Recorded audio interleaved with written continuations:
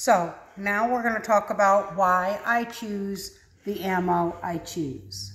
Now, I'm going to first start with our lipstick bullets. Okay, These are... You're jumping up and down on me. Put it. Yep. These are what I call lipstick bullets. Well, my husband started calling them that when he started loading them for me. He loads them to try to match a regular grade of bullet. Well, let me explain it. Be easier if I just hop in for a second. These are loaded with a cast lead or hard cast lead powder coated bullet from S&S Casting. A lot of other companies make it. I load those to the low end of the specifications of a 380. Now, you can load them hotter, but what I do is I try to duplicate or closely duplicate a factory load, but lighten it up a little bit so it doesn't stress the shooter or stress the gun. These little 380s, I don't think they really were designed for people or really had the idea that people were going to shoot them a lot. I do. She does. That's also the reason why certain springs had to be replaced on this gun within 3 years, because she has put, I gotta say, somewhere close to 1,000 rounds. Probably more. Probably more considering the two guns, the two LCPs. We go out and practice just to shoot different places and different times. And when I go out, I shoot at least 50 rounds through either Smurfette or Pebbles. Now, Smurfette I only got maybe 2 months ago, but it was a used gun when I got it. So we changed all that stuff just to make sure. Pebbles I have had since it was brand new, 4 years. 4 years ago. 4 years plus, I would say. Okay. The reason I started thinking about shooting or handguns is because of something that happened to me. And I wanted to be more protected. This gun makes me feel protected. This bullet, we're going to talk about this one next because we've kind of already talked about the other ones, right? Well, yeah, the MagTech is pretty much your standard. MagTech is the standard for you buy the industry. I just like buying, I like MagTech. It's very consistent ammo. I've never had a dud. I've never had a problem with MagTech. So whenever I get a chance, I'm usually buying either MagTech or the CCI bronze? No, brass. CCI brass. I get the bronze. That's the PMC bronze. PMC, that's it. They all work really well, but I like the MagTech myself. But I use those for mostly practice. If I have to and I don't have anything else, I will carry them. Right. Okay? Now, this right here is a center fire. It's like splinter. It is a frangible bullet. It is... All right, stay here for a second. Let me get it to focus. Actually, let me do it. I'll hold it. Let me do it. It looks like a hollow point, but it doesn't expand like a hollow point expands. It breaks apart. So I feel safer and better using it at the hotel. I do not want to harm anybody else in the process of protecting my life or the lives of the people that are around me. One second, let me jump in one other time. The other reason both of us chose this ammo for our 380s and for our 9mm, although I don't have a lot of that right now, is not only do they not expand or that they, the fact that they fragment, they won't over penetrate. Which means, the bullet will break up as it goes in, and the center section of the bullet carries on to a reasonable depth to do its thing. But it won't come out the other side, and like with Full Metal Jacket, which like the, hold that up for a second. The Full Metal Jacket will go through, come out the other side, and keep going. And can keep going. Right. If you got somebody else standing right behind that person, the chances of that bullet hitting them and harming them is very high. Higher. It's a lot higher. Not so much with the center fire. If using this one, it may still penetrate, but more than likely won't go completely through the next person. Since they're lower pressure, they tend to not penetrate as deep. But we don't carry hand loads in our guns for self-defense. My biggest reason is I don't want anybody saying I am a gun-toting killer woman who just is out there to kill people, so I make my own bullets. Because I've heard that before. People have said things like that. Okay. I don't make my own bullets for that. I make them so that I can have something that is in the sense range. Yeah, we're talking of shooting. We're talking like compared to $26.99 for 50 rounds, or $17 or $17. Well, $18 with change, right, and tax. For 20 for my carry ammo. This here costs cents compared to that. I think we get, what, 400 actual bullets. We reuse our cartridges, the brass, and it's just powder, primer, and bullet. And the primer. And yeah, I buy the bullets I buy in bulk, 500 bullets in a box, just the little red part. We reuse the brass. And that 500 rounds will cost me about $40. And I'll go through that in a month. Oh, you can easily go through that. Actually, I got to order some more. Going back for 1 second to the center fire, we forgot to mention. The other reason is that when the bullet strikes a hard surface, it won't ricochet.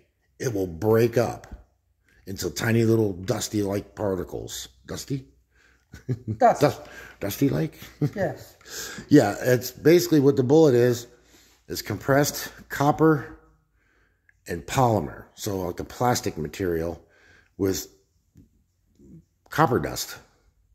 And when it hits something hard like a floor or a marble wall or even a 2x4. Even a 2x4, it can break up into a bunch of pieces, and pretty much don't have to worry so much about somebody being hit because you either missed a shot and it ricocheted, which is why we practice, because you can't miss fast enough to lose a gunfight. Yeah. So yeah, the low ricochet and low risk of over penetrating. To me, that's a win-win. The feel, I practice for the feel, to keep it up in my hand, to keep my eye on the sights, because they are not big sights. Oh, they're tiny. But I am used to these kind of sights, so I do well with that. Somebody who is more used to having a sight that lights up, and I don't know if you can see that. Yeah. Okay, tip the barrel up a little bit. You can see the front one. If you're used to seeing something like that, you're going to be better with shooting something like that. And then if you're used to this, 3-dot. see the 1 dot, the 2 dot, and then the 3rd dot comes right up in between. Am I doing it right? Yep. Okay. Maybe I'll pick this up for a second. None of these guns are loaded. Yeah. Just double check that one, because I do have loaded cases on my tray. I'm going to do this for a second right in front of the camera. We can get this to show up. Come on. Get in there. Boy, it does not want to focus. There we go. There's the rear sight. And there's the front sight.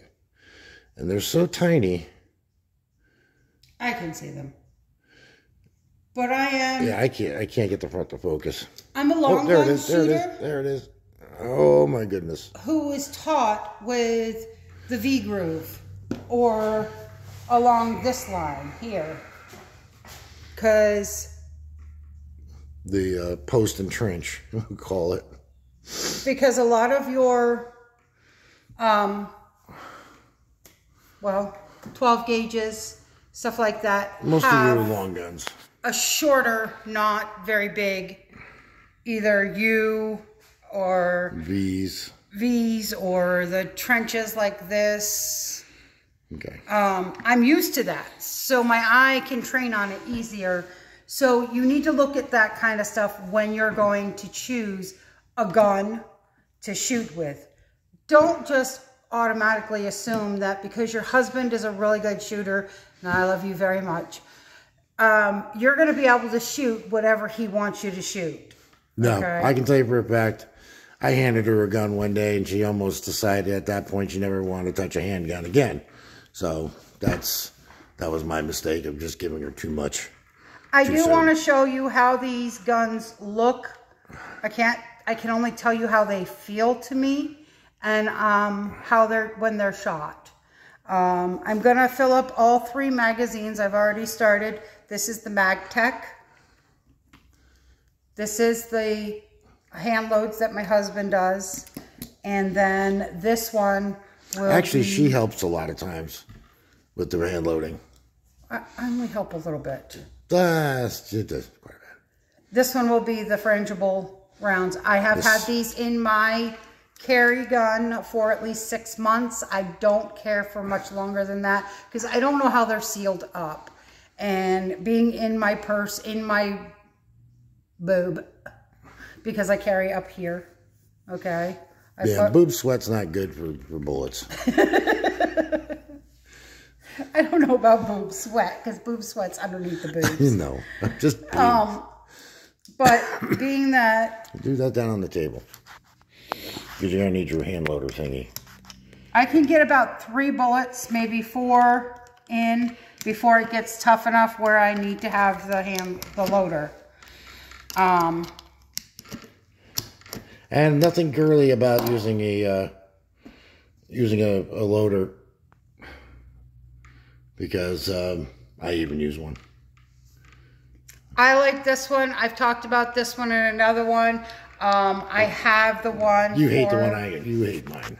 I have the one for the 9mm as well, made by the same company. It's called ADCO. I don't know if that stands for anything. Super. Here. I can't read that from this distance. Thumb. Super thumb.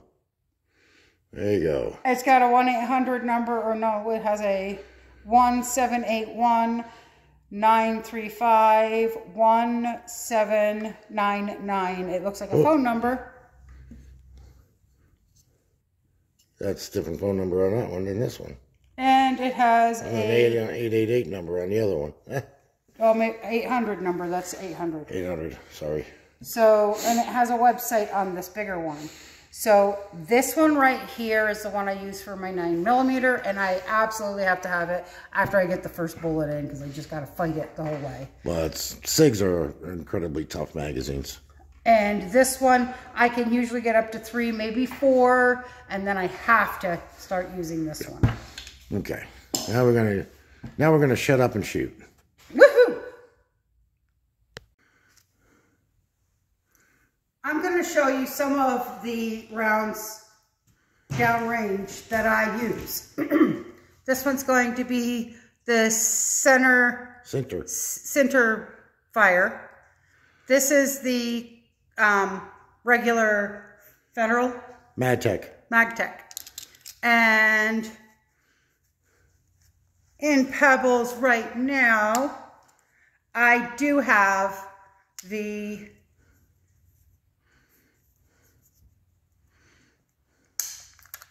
rounds that we make myself or ourselves. Now, I am going to tell you why. Let me hold on to these. Thank you. Why I'm going to tell you 2 things. There are 2 reasons why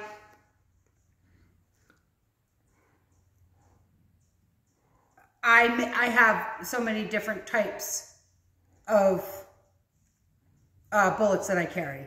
The first one is, I want to be safe where I am. And the second one is, the availability of these guns when something happens like COVID, ammo crunches, yep. The bullets in these weapons, for these weapons, become non-existent. During the COVID thing, I was having problems getting one box, and I maybe get one box a month.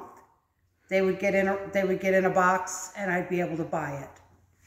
That's why we got into the reloading part. I started using reloading so that I could still carry my LCP. But when it got down to even deeper into that, my husband couldn't even get the stuff to reload. That's why the next gun that I'll show you, it became my other carry gun. But I want to show you how these look and feel the way I shoot, with the pinky underneath, the two fingers up to the knuckles pretty much. Hold it out that way. And the fingers down here, okay?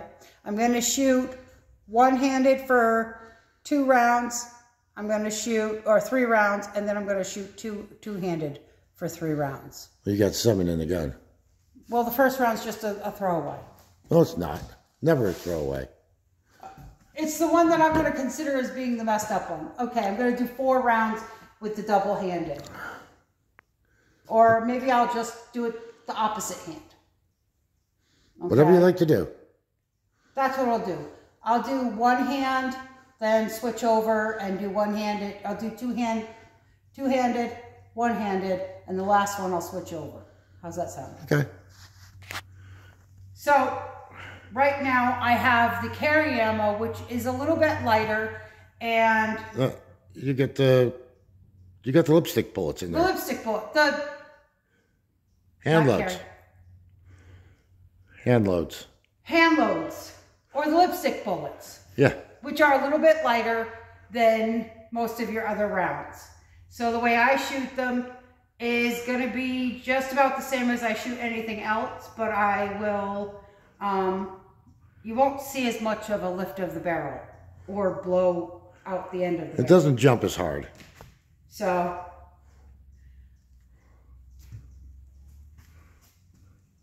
ready? Yeah.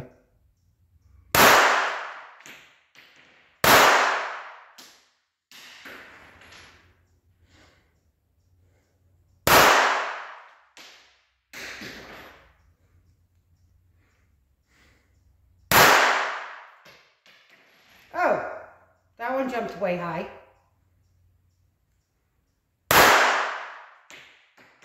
Trying for headshots again? Apparently.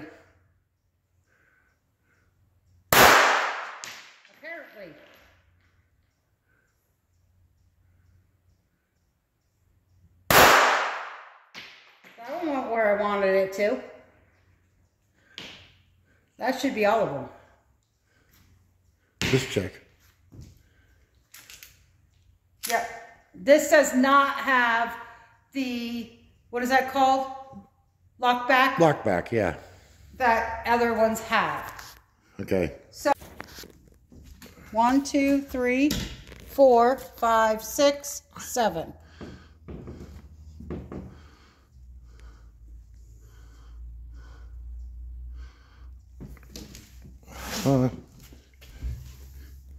Kind of pierced his ear with that one. I know. I didn't really do too well with that one. That was the one. This is the MagTech. I'm going to show you how that one looks. The other one felt, it pushes. It doesn't really snap at all. It doesn't feel like I'm being slapped or punched. It just kind of pushes back on my hand. Now I'm going to do the same thing with this one.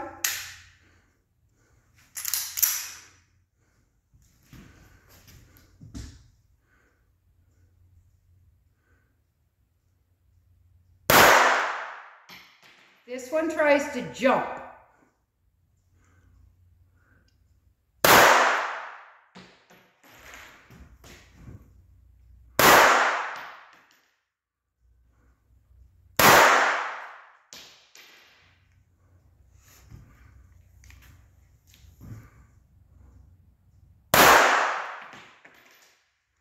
thumb was not in the right position.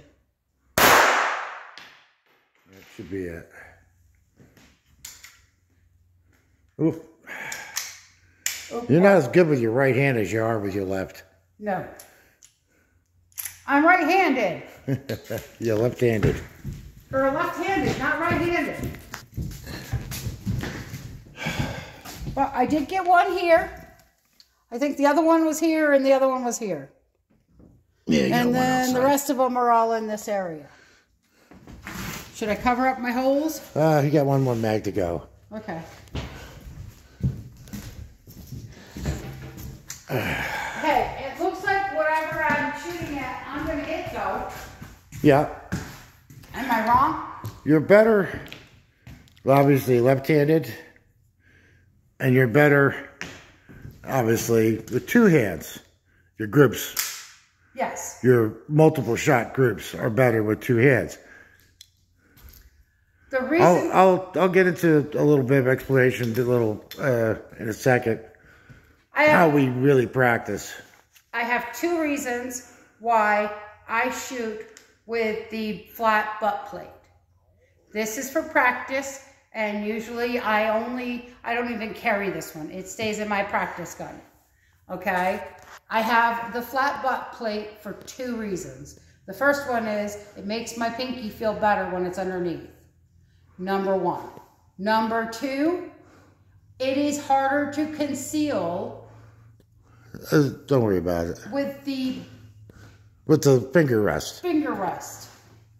So that is why. And most of my reasons for picking out my guns is concealment and comfortable. Okay, so this is the centrifuge. Centerfire. Centerfire. Boy, you have a tough time with that word. Centrifuge, centerfire, splinterfire. Well, all I know is it's going to break up down there instead of ricocheting back at me. Yes, they will not come back at you. And I've had that happen. It does not feel good. On this range, bullets do bounce out of the target trap sometimes. Did you try to cycle it?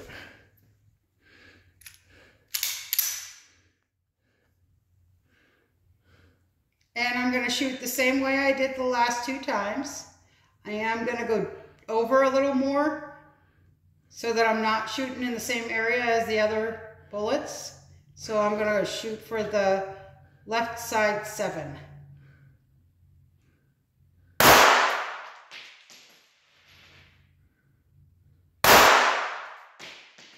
Well, that's a low. No, it's not. Again, shoots to the right.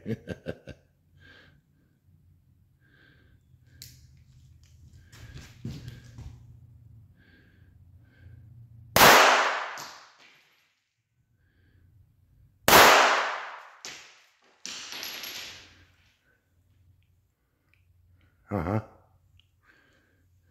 Do you know where those went? Yeah. Left side of the X-ray.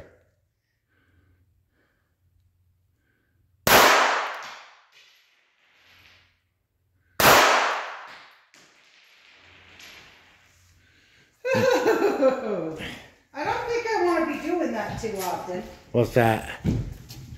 Yeah, you did put one way off to the left. Yeah. And one way up here. Up here. But those up were your right-handed right shots. There. Right there. Was that one mine too? Yeah. I was kind of pointing like right here. Centerfire makes a nice, clean kind of punched hole where the other ones tend to tear a bit.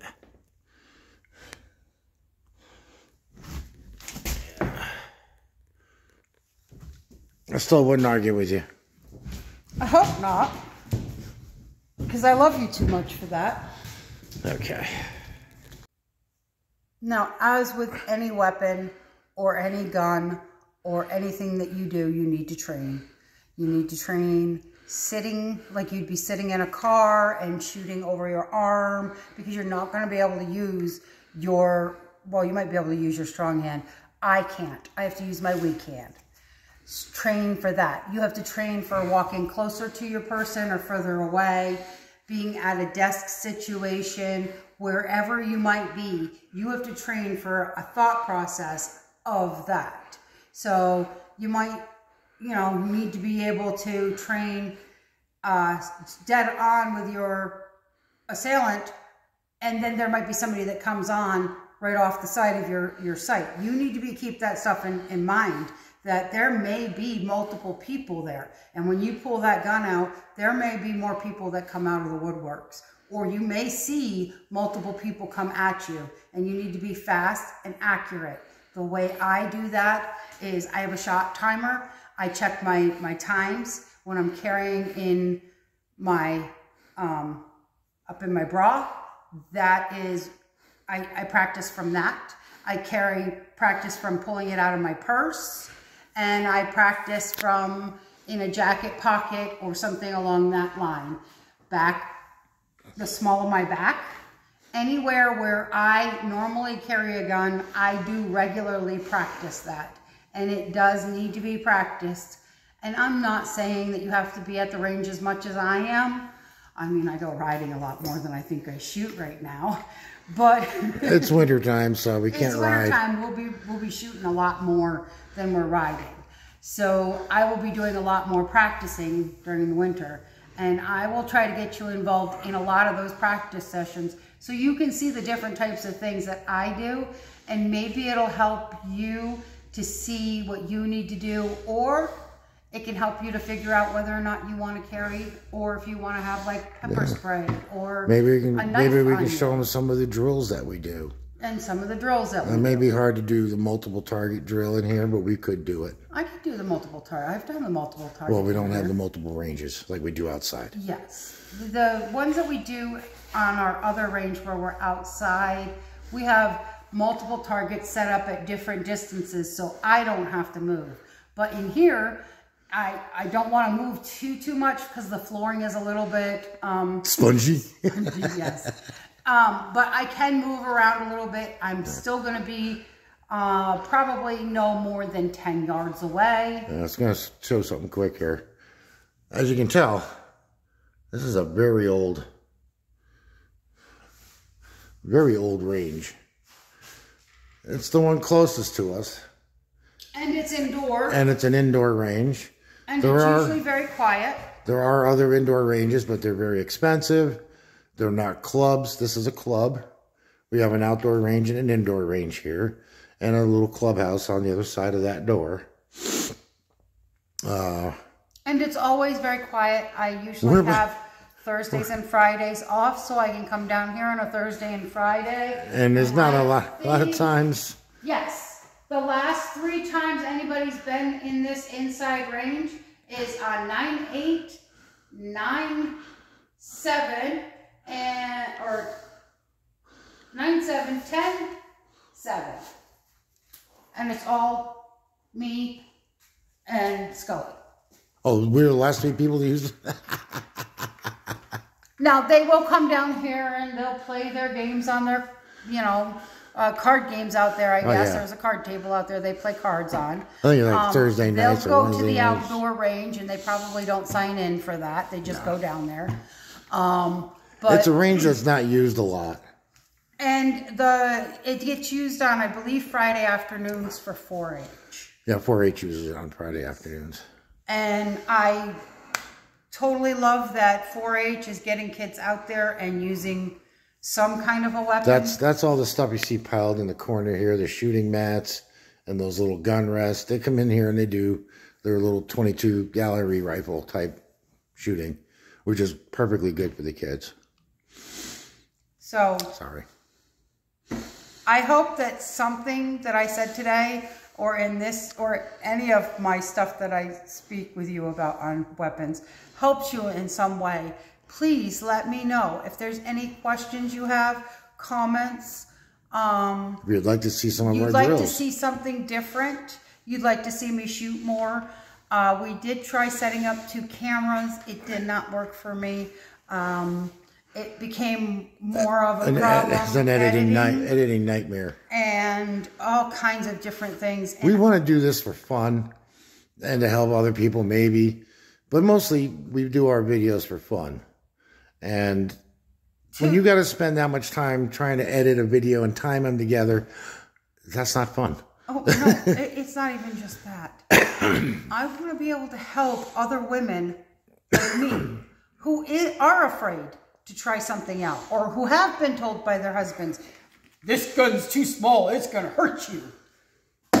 Sorry. It didn't hurt. I can shoot it anyway. You can see right on the video, it doesn't do any damage to me. I don't really get a good... It beats the snot out of me.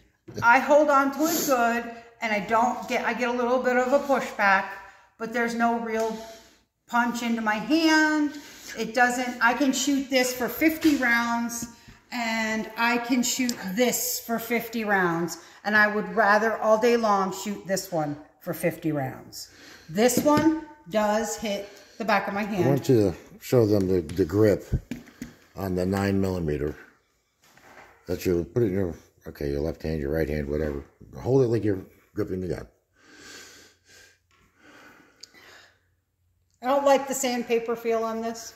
That is the complaint a lot of women have, and this one has, I can't say that it feels like sandpaper. What it feels like to me is... And that sandpaper feel is even there after the gun has been Cerakoted. Cerakoting tends to make the gun less sandpapery. This gun was Cerakoted, and I mean, don't get me wrong. I don't mind it, because when I'm shooting this gun, I want that feel of something grabbing my hand. But at the same time... That rubs against you. This rubs against my hand, and after a few hours of shooting it, I do feel the whole... let's put this down and go back to my LCP. Or 22. Take my little 22 out. And my 22 really has nothing on the grip. I mean, it feels kind of like you've got... It looks like it's got something on it. It don't. It just feels like picking up a rock that's not as... Polished as, it should be. But that's it. Let me just bring it up here. I mean, that is seriously... Sandpaper. It even irritates my hand, and I got pretty rough hands. But then again, I pretty much swamped this thing. Because I had looked at these when I was looking for a 9mm, and I said, nah, not for me. I want to know... Might be good for her. I want to know what everybody out there who's watching my stuff thinks. Do you want to see more of this? Do you want to see more of my pictures going down the road on the motorcycle? Do you want to see some of my cooking videos? I haven't gotten very many of them out, but that's because in the summertime, I don't like to cook. Or bake. Or any of that stuff. Even a 30-minute meal to me is like, okay, let's get this done and get it over with, because this house is getting too hot. So let me know. And please like, share, and subscribe. It helps me out a lot. That'd be appreciated. Just in the feeling of, okay, somebody did like it. Somebody wanted to see it.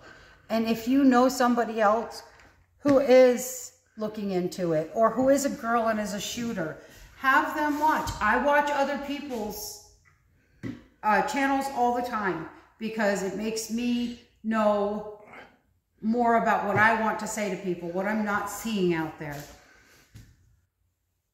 So thank you. Thank you for watching this far. Sorry it took so long.